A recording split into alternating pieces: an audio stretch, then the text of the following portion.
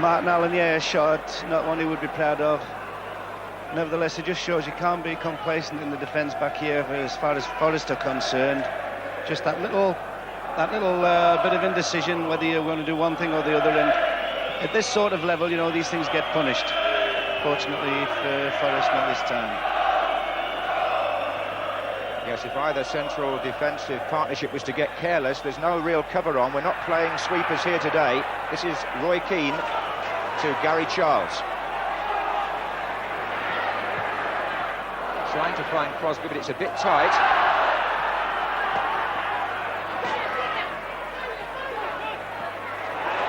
This is Parker. Nigel Clough in the middle. Bishop, well brought down.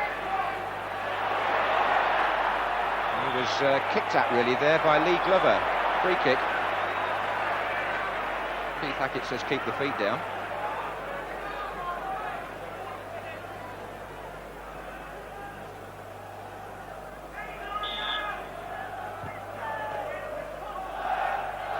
Slater, too short, and Houghton did well. Glover turns Foster. Good tackle, Bishop, but he was fouled by Glover.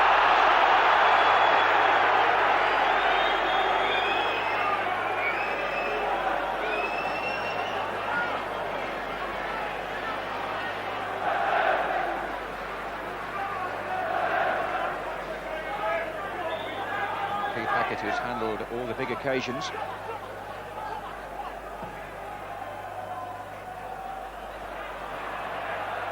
Oh, it was short, and Morley got a foot in where Chettle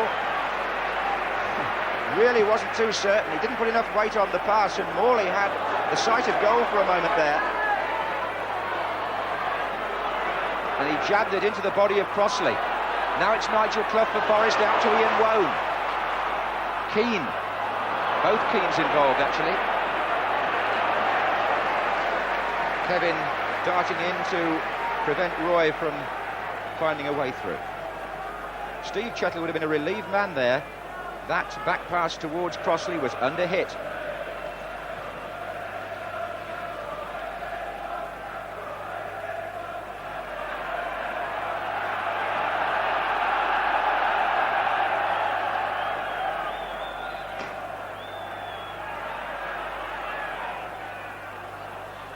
This is Gale, across to Houghton.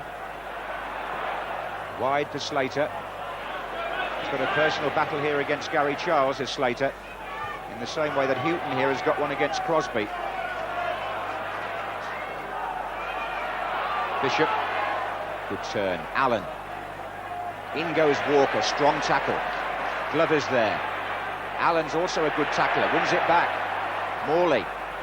Kevin Keane looks for George Parris. Allen's running on well. A lot of quick thinking going on out there. Roy Keane was aware of the danger and went to help his back four. Martin Allen thwarted. Wone. Clough. There's not very much space around. As yet the forward players unable to break away. Foster. Is Kevin Keane.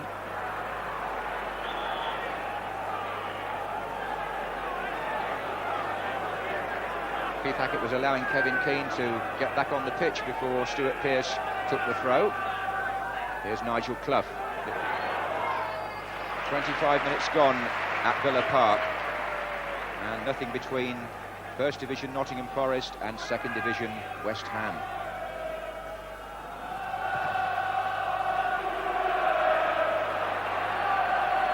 Morley battling with Chettle. Still Morley. Kevin Keane. Slater's in the middle. That was Gary Charles' header out. George Parris coming in. Play on, says Keith Hackett. This is Steve Potts for West Ham. Good challenge by Ian Wone for Forest, but Potts wins it back. And here comes Charles away from Slater. And now Gary Crosby for Forest up against Tony Gale. And Crosby had the pace. And Gale bumped him down. Keith Hackett goes straight to his pocket. It's, what, 23 yards out the challenge. Crosby was away from Gale, and Gale came in, and it's red. It's the cynical foul on the player in the goal-scoring opportunity. Tony Gale has been sent off the pitch in the FA Cup semi-final. What a sensation. Keith Hackett says that's the way the law is, you've got to go. And I'm not so sure that there won't be controversy about that decision. Bobby Charlton is shaking his head. Here's what happened. Did he push him? Did he bump him? Did he pull him back by the shirt? Well, he certainly went over. And West Ham United have been reduced to 10 men, and Tony Gale is sent off in the FA Cup semi-final. We'll debate that after the free kick, Bobby Charlton, because Forest have got an opportunity here. Parker has lined the ball up, Pearce is there, so is Nigel Clough, and West Ham, for obvious reasons, are rocking.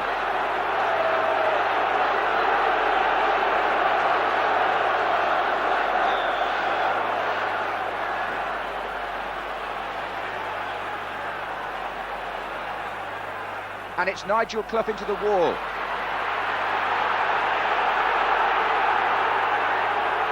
Walker, Keith Hackett went to his pocket the instant that collision happened. Here's Pearce. That's another free kick. And West Ham now have got to keep their composure. They could hardly have expected that to happen. After what, 27 minutes, they're down to 10 men. And a shock sending off for Tony Gale. There's a spectator on the pitch, having to be ushered away, and tempers are rising here.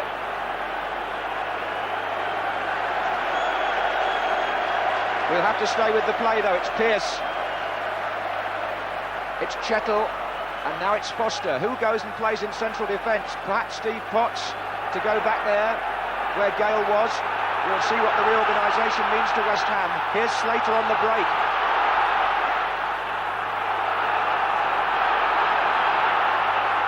And Slater again, and it's wide to Martin Allen. And West Ham force a corner.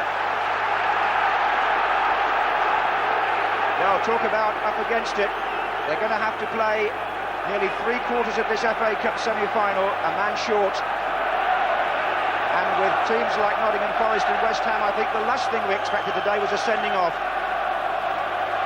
There was one the last time West Ham played here in the semi-final, strangely, against Everton.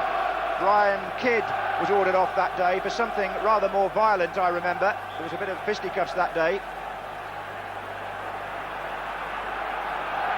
But for the moment, it's a corner to West Ham. To be taken by Kevin Keane. Allen. And Foster's there. And Paris is there. Great save, Crossley. Away by Roy Keane. Kevin Keane. Slater for West Ham. Fell over his own feet initially.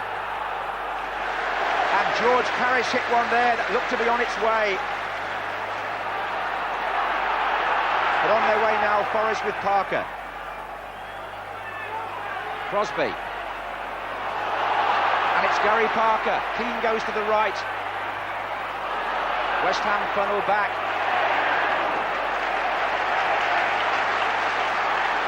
The first quick word then on the sending off, Bobby Charlton. Well, I don't agree with it. I think when the professional foul is supposed to warrant a sending off, it's because there's a person going through completely on his own and would score. I don't think that Gareth Crosby was going to score then. I think he was being pushed too far wide, and I think that really, when all's said and done, I don't think it was actually a foul either. I think he just clipped his heel, which was quite accidental. But certainly in the situation, I think that Mr. Hackett might have allowed him to stay on there. I must say, when he first went to his pocket, Keith Hackett, I was expecting the yellow card, but it was red. And it joins the catalogue of incidents this season. You all know them back at home, I'm sure. John McClellan, Jimmy Case, so many incidents where there's argument, should the player have gone off or not? Well, the facts are on semi-final day that Tony Gale has been dismissed and West Ham are down to 10 men. Half an hour gone, no score. Crosby for the Forest. And again, Still Crosby. Tackle was by Potts, who, as I thought, seems to have gone into central defence. I think George Paris will have to play right back for the time being. And that means West Ham will be a little lighter in midfield. More work for Bishop, who was cut off there by Charles.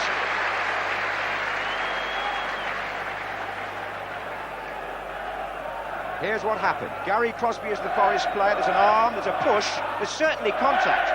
But was he going near the goal or was he going away from the goal, as Bobby Charlton feels? We have got the FA hierarchy here today. Bert Millerchip, Graham Kelly, senior men who will be watching that and monitoring it with interest. I think really the professional foul was brought in so that it wouldn't be abused. Things wouldn't have abuses, but nevertheless that I thought really was really quite silly from the referee's point of view. He won't say so, but nevertheless he's got to think about the game itself, and he might well have ruined the game by his decision there.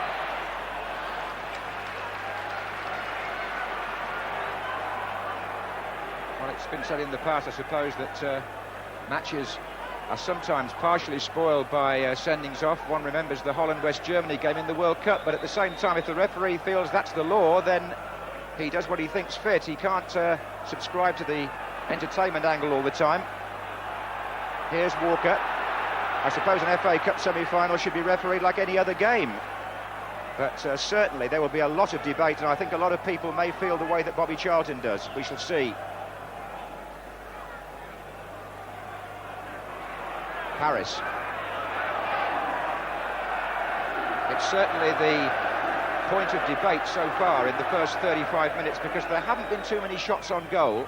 There was one rasping drive from George Paris which followed the sending off, which is perhaps the nearest we've been.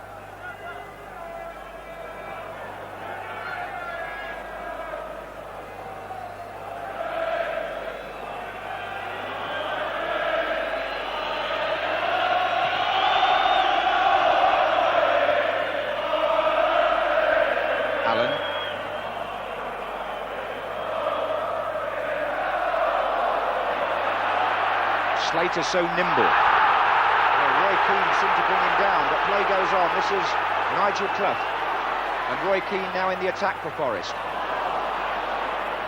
Parker. This is Gary Charles. Oh, space for Nigel Clough. And Glover. I think Nigel Clough was trying to find Charles with that pass. Here's Morley. Free kick to West Ham. Of course, West Ham already without Frank McAvenny today due to a sending off and a subsequent suspension.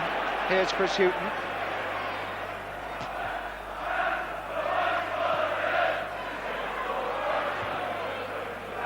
Bishop. Martin Allen. Paris. Kevin Keane. Paris continues his run forward for West Ham. In the middle is Morley, and that's going to be a corner conceded by Roy Keane.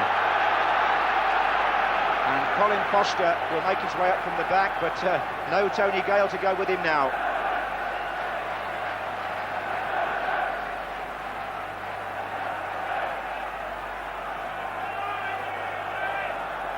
Kevin Keane to flight the corner in.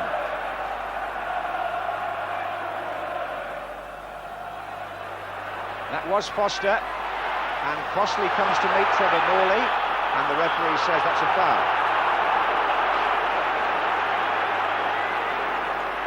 Well, West Ham down to 10 men now. They've reshuffled a few players around, but really it's had more of an effect on their attitude. They seem to be more positive, want to go forward now and take a few chances.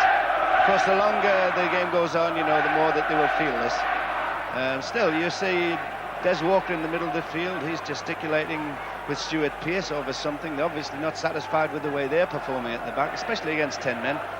But it is a situation that's really controversial. I think because the games are so important, you know, that they always give the best referees to these fixtures, and sometimes the pressure, I feel, gets to them.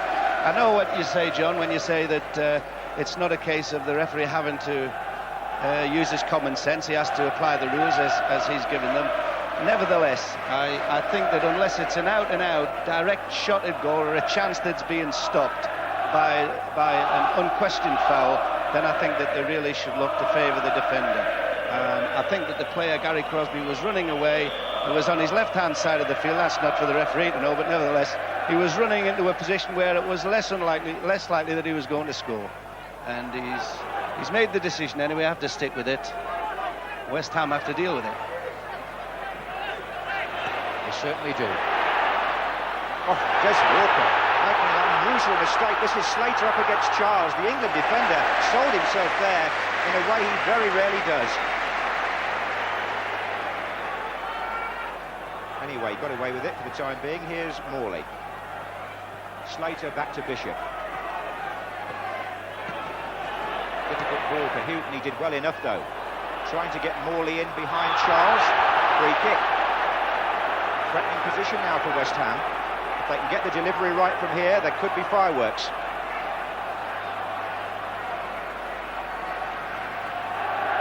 Bishop can usually pinpoint these.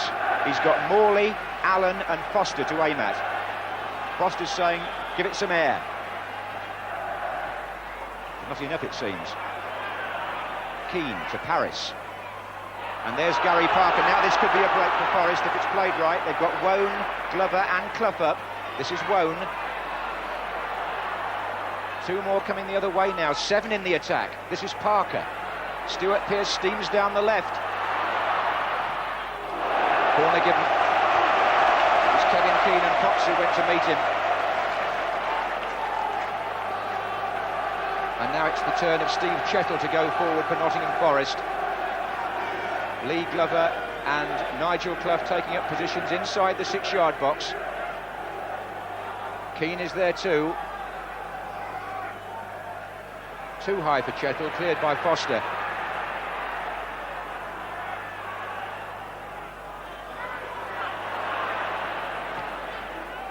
Crosby. Well, so far, Forest have been unable to make the extra man tell. Slater. Nice skill. Kevin Keane. To his right, Martin Allen. And the ball comes off Pearce, but the advantage is West Ham's. Referee Hackett right to let play go.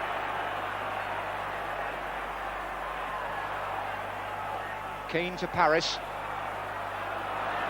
Still George Paris. Allen. Lofted shot from Martin Allen. Clever shot there from Martin Allen. It wasn't actually a shot, it was more of a chip.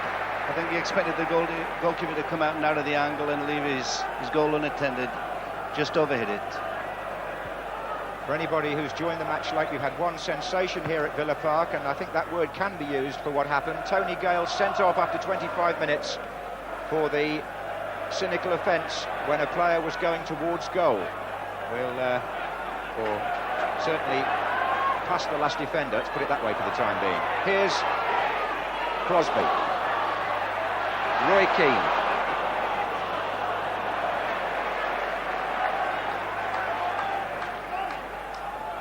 Going back to the incident, funnily enough, Crosby started about 5 yards behind Tony Gale. I think Gale was almost surprised to see him come past him.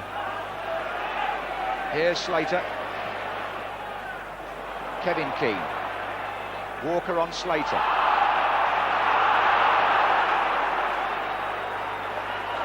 Nice pass by Nigel Clough to Roy Keane. Crosby. Oh, that's not really where Parker wanted it, but he got it out to Pearce. This is Wone. 5 minutes left in the first half. No score. Clough for Nottingham Forest. Pearce runs on. But the final ball really applies to both sides. Has not been delivered perfectly up to now. No, Nigel Clough won't be pleased with that one. Stuart Pearce ran about 50 yards to get to it and expected a little bit better service than that. But some of it has been a little untidy when it got near the box. And it's where you need that little bit of extra flair that good midfield players can come into their own. At the moment, West Ham seem to want to be trying to settle the game down a little bit. They see that it's getting near half-time, so they're not going to try anything desperate. And make any silly mistakes while they've only got 10 men and the manager can have a talk about it at half-time. But it really has changed the whole course of this match. Certainly West Ham are trying that a little bit harder, trying to make up for the spare man. Forest, it seems to have affected them worse. They seem to be less positive. They probably think that they've got a little bit more time here, John. Often happens, doesn't it, Bob, that the team reduced to 10 men lift their game, and the side who are supposed to have the advantage can't seem to make it tell immediately, but that's the way football is. That's the way it goes, as Brian Clough says, and his team at the moment, with one man extra, are still locked with second division West Ham. Here's Slater. Allen, Des Walker. Foul by Allen.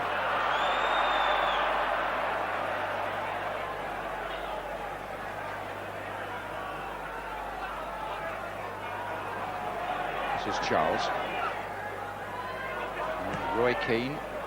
It's a bit jittery, the football, I feel. They haven't quite settled down to play the passing game for which both teams are noted. The surface may have something to do with that in the centre of the pitch, where it has cut up a bit. It's a bit rutted there. But the tension of the occasion and what's happened with Tony Gale may have contributed to the rather untidy shape to the game. But here's Crosby.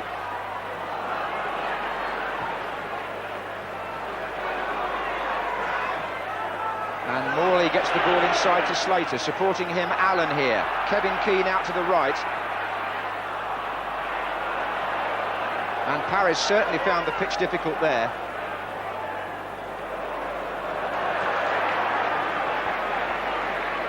Yeah, the pitch in the middle of the field is just cutting up slightly. It seems a bit dead. They seem to have the ball doesn't seem to bounce very much on it, and they seem to be struggling to get control. Out on the sides of the field, though, the pitch is reasonably good. There should be no excuse for bad passing there, really.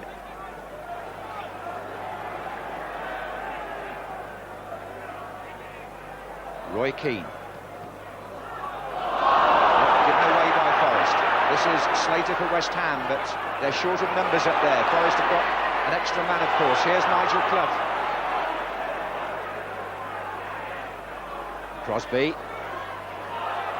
Clough again. This is Roy Keane setting it up for a volley. Good idea. Spontaneity is what's required at the moment. The orthodox means of attack is not working for either side.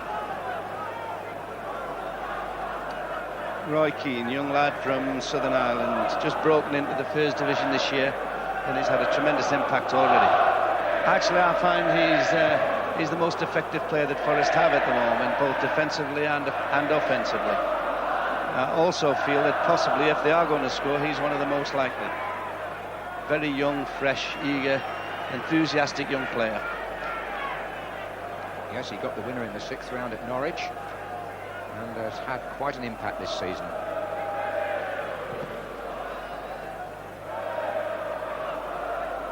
Well, as far as Bishop from Des Walker, this is Martin Allen. Paris now in the right back role after the reshuffle. Kevin Keane. They'll miss him a bit in midfield, George Paris, but that's meant for Morley. Walker goes across.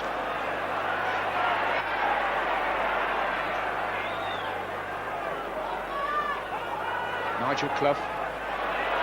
Roy Keane. It's nervous, it's edgy, and at the moment it's unproductive. I'm not trying to look for excuses for some of the players, John, but I also, when I went down on the pitch, found that the wind was quite a problem. I think that it's a bit swirly, the ball goes in the air, and I think they're struggling to actually read where it's coming down. Nevertheless, these sort of players should have the skill to be able to overcome that. Kevin Keane looking for Allen. Walker goes across. Allen tumbles, no foul. But Kevin Keane blocks the clearance from Walker, who tries again. There isn't much thread to the game at the moment, and I think it is a bit unfair perhaps to expect these players to produce on this surface what Tottenham and Arsenal achieved at Wembley. We're into stoppage time at the end of the first half, and this is Bishop for West Ham. Sliding it out to George Paris. Morley comes to the near post, Walker's header clear. Then a cool piece of play from the man Bobby Charlton was talking about, 19-year-old Roy Keane. Paris will take the throw for West Ham. Slater's in there. And at that moment, Keith Hackett signals for half-time, and he is the man at the centre of the incident that will be talked about most in the interval, both in our studio, around the ground, and I would think at home too. Keith Hackett, who earlier in the season refereed the Manchester United-Arsenal match, which caused such a furore when he didn't send anybody off, and the clubs were docked points for the brawl. Well, today, on a very